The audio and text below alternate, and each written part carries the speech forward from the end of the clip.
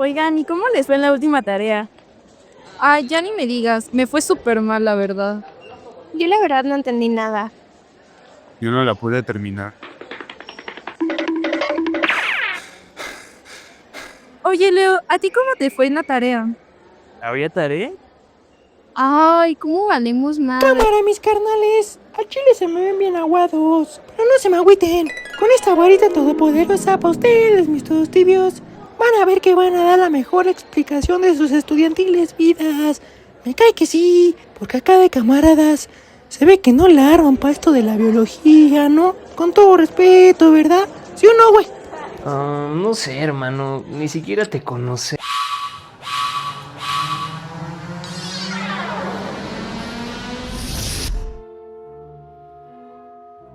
Y ahora, damitas cromosomas doble X y caballeros cromosomas XY, prepárense para tener un orgasmo auditivo con explicación de un chorro de temas biológicos, pero bien chidos, me cae, por el grupo 558 del CCH Azcapo. Eso es todo, valedores. ¡Hay unos vidrios! Güey, ¿traes visto?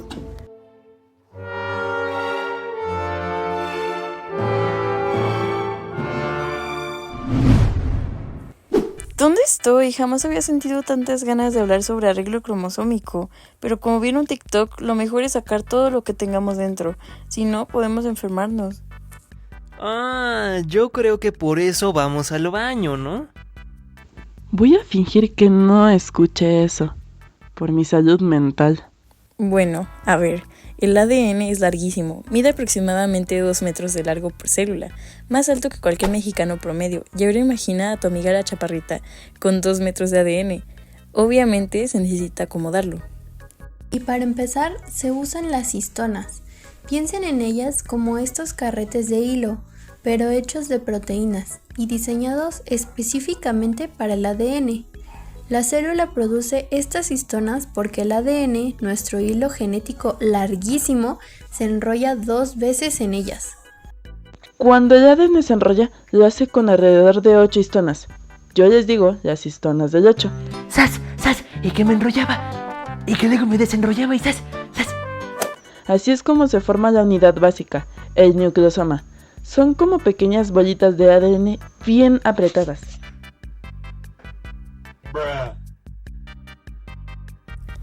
La célula sigue organizando, junta muchos nucleosomas y forma una fibra más gruesa de 30 nanómetros. A eso le llamamos el solenoide. El solenoide es como cuando doblas un pantalón de mezclilla para que ocupe menos espacio en tu maleta.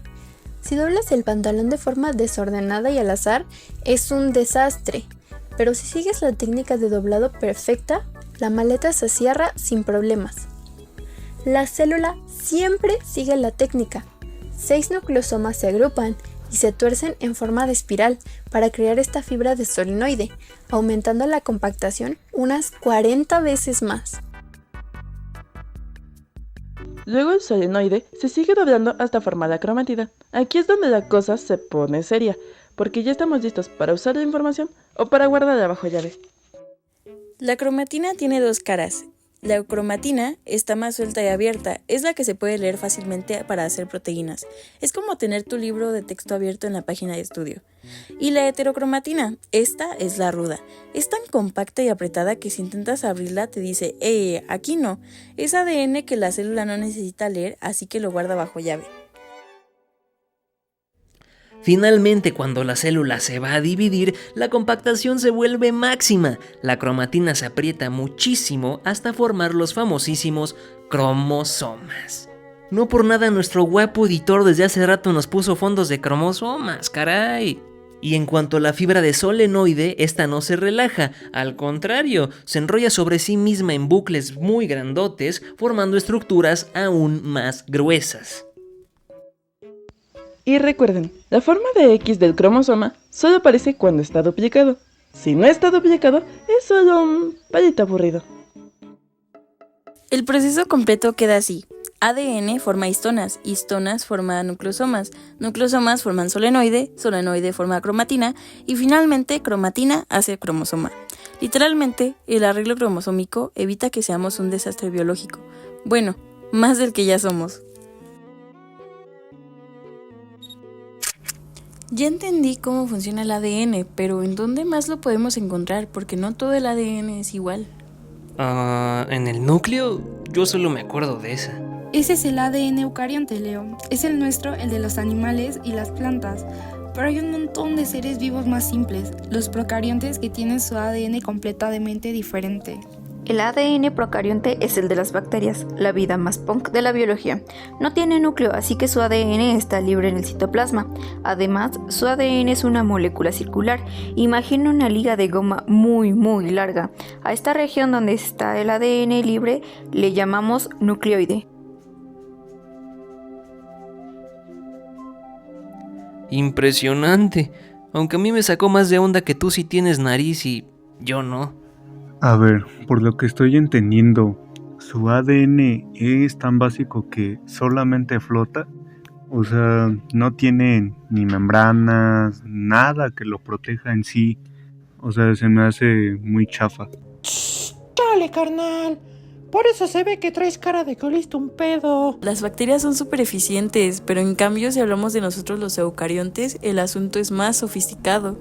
Nuestro ADN, el ADN eucarionte, sí que es más organizado. Está encerrado dentro del núcleo celular, no es circular, es lineal y se divide en múltiples cromosomas. Así, cuando decimos ADN en célula animal y ADN en célula vegetal, ambos son eucariontes, por lo que su ADN principal está en el núcleo y es lineal. Pero entonces, ¿el ADN solo está en el núcleo? Pero yo había visto unas cositas verdes. Es que hay ADN fuera del núcleo.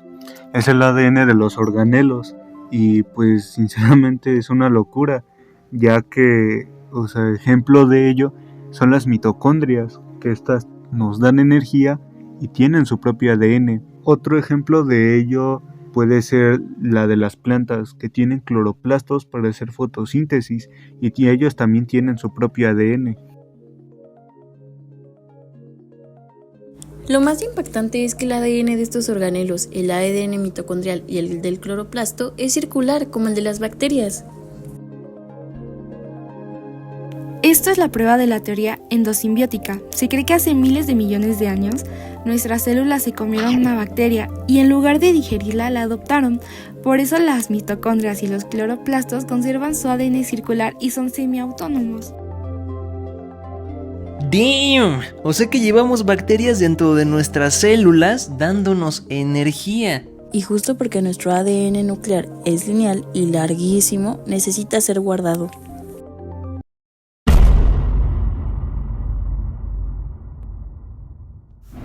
Ok, ya vimos cómo el ADN se acomoda. Ahora, lo más importante. ¿Cómo se copia para que al dividirse la célula haya dos copias perfectas? Si nos equivocamos en un solo nucleótido, podría causar una mutación o una enfermedad. Que te salga un dedo extra o que te digan el tacita porque nada más tienes una oreja. Hablamos de la replicación del DNA. Es un proceso que se llama semiconservador y eso es lo que garantiza la precisión. ¿Un semiconservador? Como yo, que soy un semirresponsable, jajaja. Ya, ¿qué onda? Ya se pasaron de ruseños, mis carnales, ¿sí o no? Se la llevan a puro chiste, mitos jocosos. Y miren que yo soy acá bien cómico, pero pues al chile sí quiero aprender, quiero entender este rollo sin rodeos, ¿saben? Entonces ya vamos cambiándole el modo a este show, ¿va? La apertura de la doble hélice de ADN es necesaria para que la célula pueda copiar o leer su información genética. La helicasa inicia el proceso uniéndose al ADN en el origen de replicación y usando energía en forma de ATP avanza rompiendo los puentes de hidrógeno entre las bases, formando la horquilla de replicación. La separación genera torsión en las zonas aún cerradas, que es aliviada por la topoisomerasa, mediante cortes controlados que los vuelve a unir. Las hebras ya separadas son estabilizadas por las proteínas SSB que evitan que se vuelvan a unir y las protegen. Esta apertura ocurre ampliamente durante la replicación y de forma localizada durante la transcripción. El proceso garantiza la correcta copia y expresión de los genes y se mantiene la estabilidad del ADN. Si esto falla, pueden surgir mutaciones o enfermedades. La célula es una maravilla de la ingeniería biológica e increíblemente precisa, porque opera bajo reglas químicas inmutables. Sabe que la adenina solo se une con la timina con 2 puentes de hidrógeno, y sabe que la citosina solo se une con la guanina con 3 puentes de hidrógeno. Esta diferencia en el número de puentes de hidrógeno le da a la unión citosina-guanina una estabilidad ligeramente mayor que a la adenina y timina. Esto es la base de la fidelidad del código genético, y esas reglas de apareamiento son la ley. No se pueden romper. Y para empezar esta increíble obra de ingeniería, todo empieza con la helicasa. Esta enzima es en esencia un motor molecular con forma de anillo que se desliza a lo largo de la doble hélice del ADN.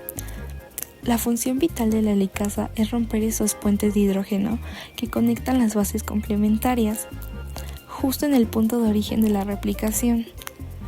Es la tijera molecular que desenrolla y separa las hebras. Consume energía en forma de ATP para realizar este trabajo de desestabilización de la doble hélice, separando las 2 cadenas madres para que sirvan de moldes. Al separarse las hebras por acción de la helicasa, se forma la burbuja de replicación, y en sus extremos las horquillas de replicación.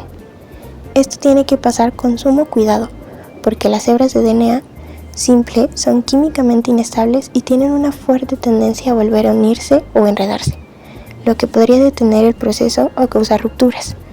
Por eso, la célula utiliza unas proteínas llamadas proteínas de unión a cadena sencilla, que se pegan a las hebras separadas, manteniéndolas estables y extendidas para que la maquinaria de replicación tenga acceso. Sin ellas, el proceso colapsaría. Y he aquí, justamente aquí, se presenta un gran problema enzimático que define toda la mecánica de la replicación. La enzima que copia, o la DNA polimerasa 3, en procariotas o sus equivalentes en eucariotas, es muy estricta en su nuevo modo de asalto, ya que solamente puede sintetizar una nueva cadena en dirección 5' a 3'.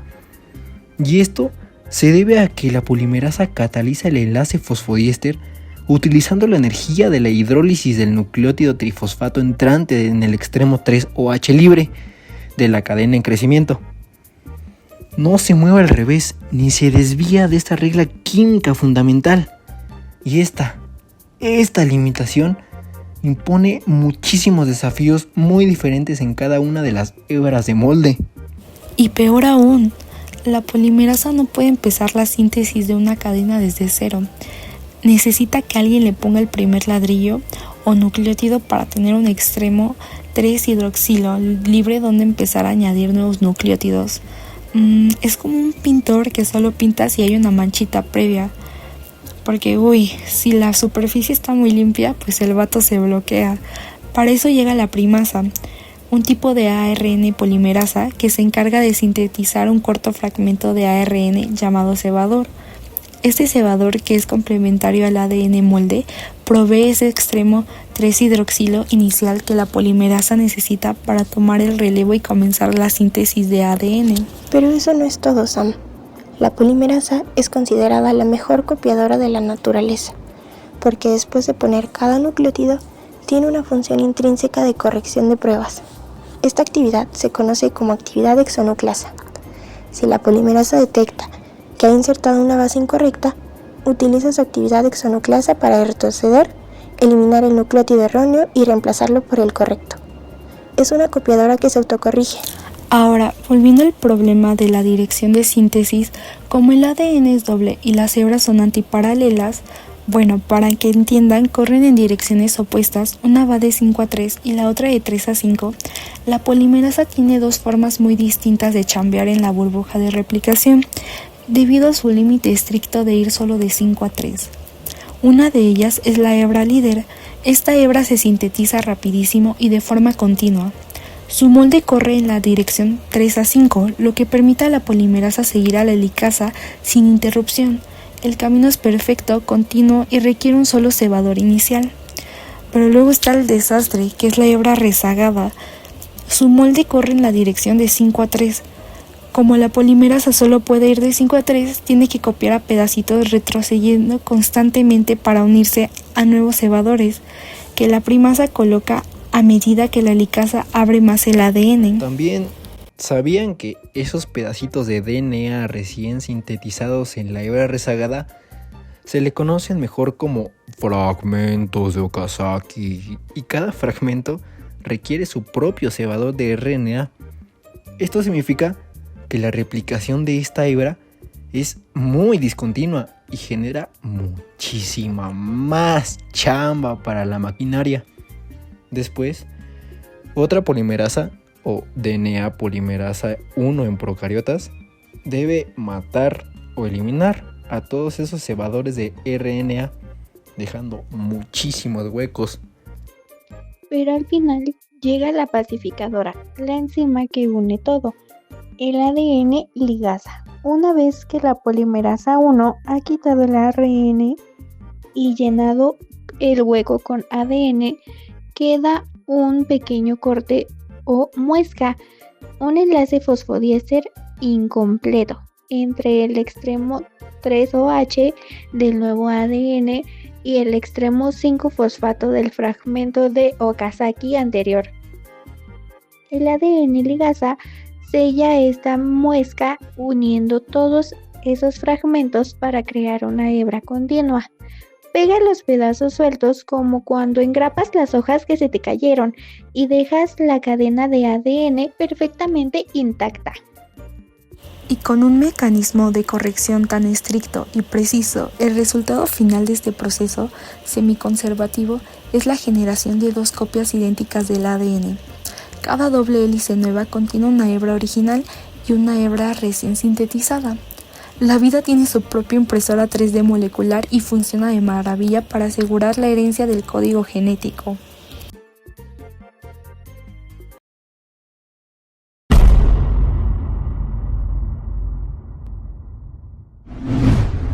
Ya fue mucha explicación, ¿no creen?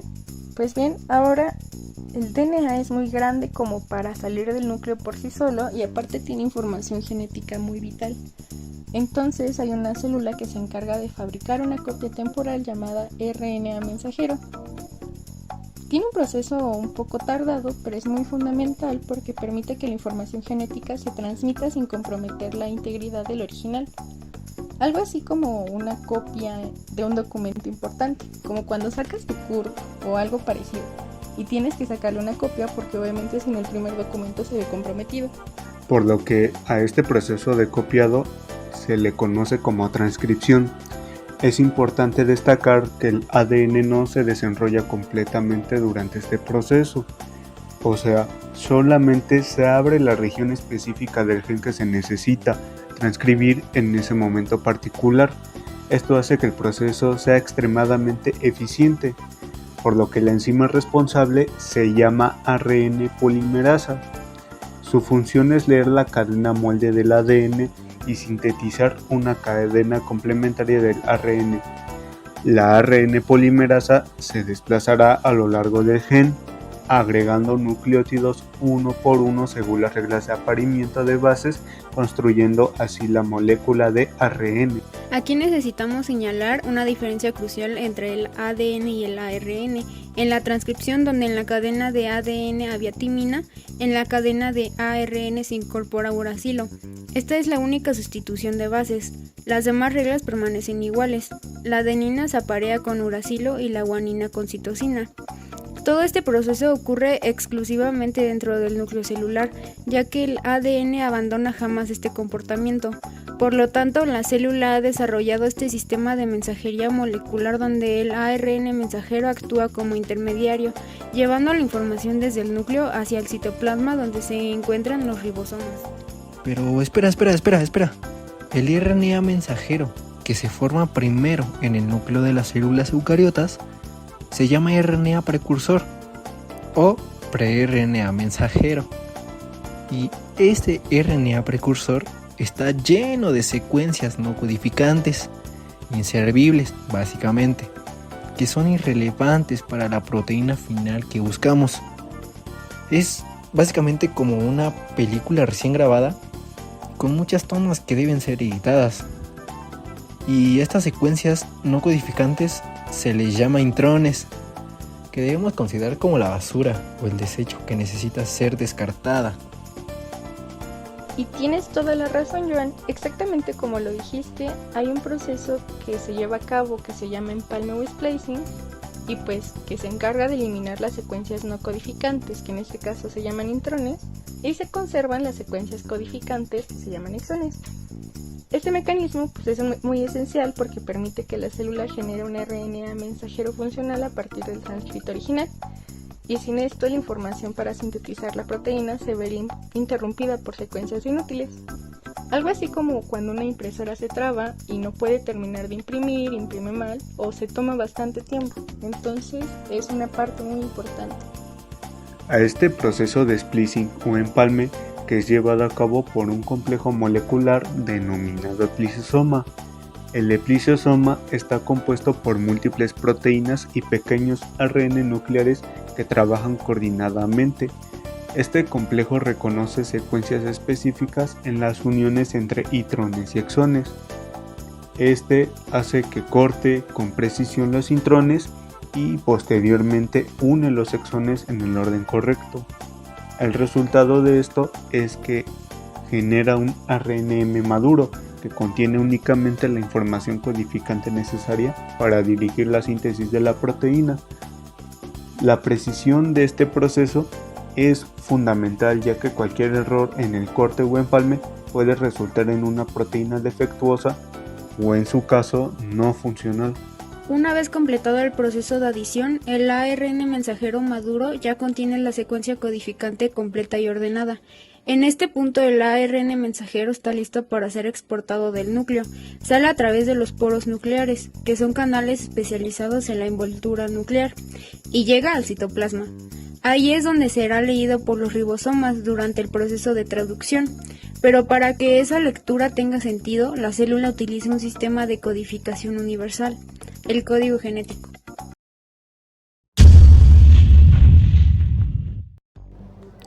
El código genético es el sistema mediante el cual la secuencia de nucleótidos del RNA mensajero se traduce en una secuencia de aminoácidos para formar proteínas. Este código tiene características muy particulares que es importante entender. En primer lugar, es un código de tripletes. Esto significa que cada 3 nucleótidos consecutivos del RNA mensajero constituyen una unidad de información llamada codón, y cada codón especifica un aminoácido particular o una señal de terminación. En segundo lugar, no está solapado. Una vez que se lee un codón, el siguiente codón comienza inmediatamente después, sin que haya números compartidos entre codones consecutivos. Esto establece lo que llamamos un marco de lectura continua. Y en tercer lugar, es degenerado o redundante.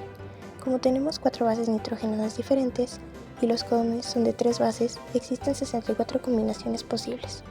Sin embargo, solo existen 20 aminoácidos comunes de las proteínas. Por lo tanto, la mayoría de los aminoácidos están codificados por más de un codón. Esta redundancia proporciona cierta protección contra mutaciones puntuales. El ser no solapado es fundamental para establecer el marco de lectura. El marco de lectura determina cómo se agrupan los nucleótidos en codones. Si este marco se desplaza, aunque sea un solo nucleótido, toda la secuencia posterior de aminoácidos cambia completamente. Por ejemplo, si la secuencia correcta es AUG, CAU, GGA, UUC, pero el ribosoma comienza a leer desde la segunda base, la lectura sería UGC, AUG, GAU, UC, lo cual podría producir una proteína completamente diferente. Este tipo de mutación, llamado mutación por corrección del marco de lectura, suele tener consecuencias severas porque altera todos los aminoácidos desde el punto de la mutación en adelante. Por esta razón, los codones de inicio y de terminación son absolutamente críticos. Estos codones definen el marco de lectura correcto, estableciendo dónde comienza y dónde termina la secuencia codificante. Sin estas señales precisas, el ribosoma no podría identificar correctamente los límites de la información genética. El codón de inicio es AUG, que además de señalizar el comienzo de la traducción, también codifica para el aminoácido metionina. Por lo tanto, casi todas las proteínas comienzan con metionina, aunque este aminoácido puede ser removido posteriormente durante el procesamiento de la proteína. Los codones de terminación son UAA, UAG y UGA. Estos tres codones no especifican ningún aminoácido, sino que funcionan como señales de alto. Cuando el ribosoma encuentra uno de estos codones, la síntesis proteica se detiene. Antes de que pueda ocurrir la traducción, existe un paso preparatorio fundamental, el acoplamiento. Los ARN de transferencia deben ser cargados con sus aminoácidos correspondientes antes de participar en la síntesis proteica. Este proceso asegura que cada ARN de transferencia transporte el aminoácido correcto al ribosoma. Este proceso de carga es catalizado por enzimas altamente específicas llamadas aminoacil-RN de transferencia sintetasa. Existe una enzima diferente para cada uno de los 20 aminoácidos. Cada sintetasa tiene dos sitios de reconocimiento, uno que identifica un aminoácido específico y otro que reconoce los RNA de transferencia correspondientes a ese aminoácido. La enzima une covalentemente el aminoácido al extremo 3' del RNA de transferencia correcto, formando lo que se llama un aminoacil-RNA de transferencia. La especificidad de estas enzimas es extraordinaria, ya que deben discriminar entre aminoácidos que a veces son estructuralmente muy similares. Un error en este proceso resultaría en la incorporación de un aminoácido incorrecto en la proteína, lo cual podría afectar gravemente su función. Que el ARNT está aminoacilado, puede dirigirse al ribosoma. En el ribosoma, el anticodón del ARNT, que es una secuencia de 3 nucleótidos complementaria al codón, se aparea con el codón correspondiente del ARNM, el mensajero, mediante enlaces de hidrógeno. Este apareamiento sigue las reglas de complementariedad de bases. A se aparea con U y G con C. Ocasionalmente también puede ocurrir un apareamiento no estándar en la tercera posición del codón, fenómeno conocido como hipótesis del tambaleo, que explica parte de la degeneración del código genético. Veamos esto con un ejemplo concreto utilizando la enzima glucosa 6-fosfatasa. Cuando su ARN mensajero llega al ribosoma, la traducción comienza en el codón de inicio AUG, que atrae una ARN de transferencia con el anticodón UAC, cargado con metionina. A continuación, el ribosoma lee el siguiente codón. Si es GCC, se une a una ARN de transferencia con anticodón CGG, que lleva alanina. Si el siguiente codón es CCU, llega una ARN de transferencia con anticodón GGA, portando prolina. Después, si el codón es GUC, se incorpora una ARN de transferencia con anticodón CAG, que transporta valina. Así, codón tras codón, el ribosoma va leyendo el ARN mensajero y ensamblando la cadena polipeptídica. Este proceso continúa hasta que el ribosoma alcanza un codón de terminación como UGA, momento en el cual la síntesis se detiene. El proceso de terminación merece especial atención. Cuando el ribosoma posiciona un codón de terminación en el sitio A, no existe ningún RNA de transferencia con un anticodón complementario para estos codones. En su lugar, proteínas especializadas llamadas factores de liberación reconocen estos codones de alto. Estos factores de liberación entran en el sitio A del ribosoma y desencadenan una serie de cambios conformacionales. Estos cambios provocan que la peptidiltransferasa, en lugar de formar un enlace peptídico, hidrolice el enlace entre la cadena polipeptídica y el RNA de transferencia que lo sostiene. Como resultado de esta hidrólisis, la proteína recién sintetizada se libera completamente del ribosoma. Inmediatamente después, las dos subunidades ribosomales, la subunidad mayor y la menor, se disocian. El ARNM puede entonces ser traducido nuevamente por otro ribosoma o degradado, dependiendo de las necesidades celulares. Este ciclo de traducción se repite constantemente en la célula, produciendo muchísimas moléculas proteicas por segundo. Incluye el proceso de traducción. La información que estaba codificada en el ADN ha pasado por la transcripción para formar ARN mensajero y luego ha sido traducida en una secuencia específica de aminoácidos que constituye una proteína. Sin embargo, esta cadena polipeptídica recién formada aún no es completamente funcional.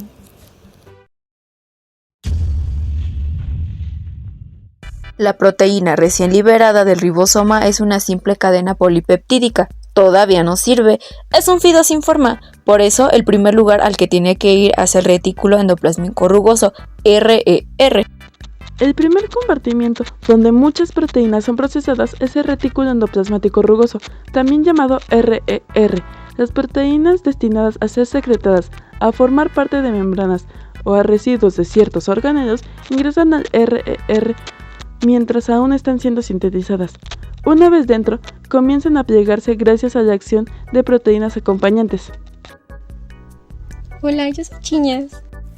Chiñas, ya todos te conocen. Qué aguado, John, pero bueno, ya que el retículo endoplasmático rugoso corrige, la proteína la lleva a una vesícula como una oficina de correos y de distribución que se llama el aparato de Golgi. Las modificaciones y el direccionamiento que ocurren durante el postprocesamiento determinan la función principal de la proteína dependiendo de las señales moleculares que tenga y de las modificaciones que reciba. Una proteína puede tener diferentes destinos. Si la proteína tiene una señal de secreción, será empaquetada en vesículas que se fusionan con la membrana plasmática, liberando a la proteína al exterior de la célula. Un ejemplo clásico es la insulina, una hormona producida por las células beta del páncreas. La insulina se sintetiza como preproinsulina, se procesa en el RER y el aparato de Golgi, donde se eliminan ciertos fragmentos, y finalmente se almacena en vesículas secretoras. Cuando aumenta el nivel de glucosa en la sangre, estas vesículas se fusionan con la membrana y liberan la insulina activa al torrente sanguíneo. Es importante entender que sin este procedimiento post-traducción, muchas proteínas simplemente no funcionarían. Una proteína mal plegada puede ser completamente inactiva, o aún peor, formar agregados tóxicos para la célula. Las modificaciones químicas, como la fosforilación, pueden activar o desactivar enzimas, permitiendo que la célula regule su metabolismo. Es impresionante que un proceso así pase miles de veces en un segundo, y mientras nos desvelamos haciendo la tarea de biología, nuestras células están trabajando sin descanso haciendo una transcripción, traducción y procesamiento. Muy irónico, ¿no?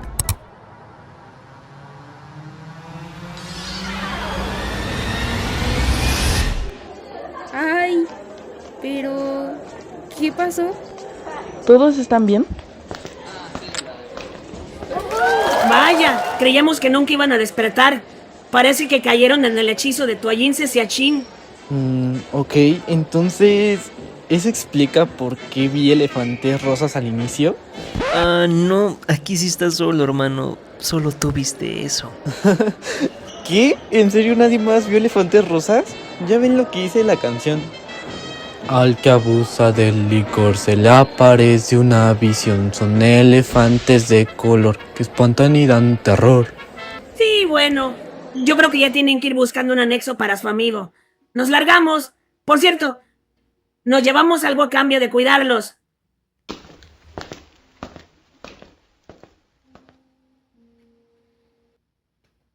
Oigan, ¿y Chiñas?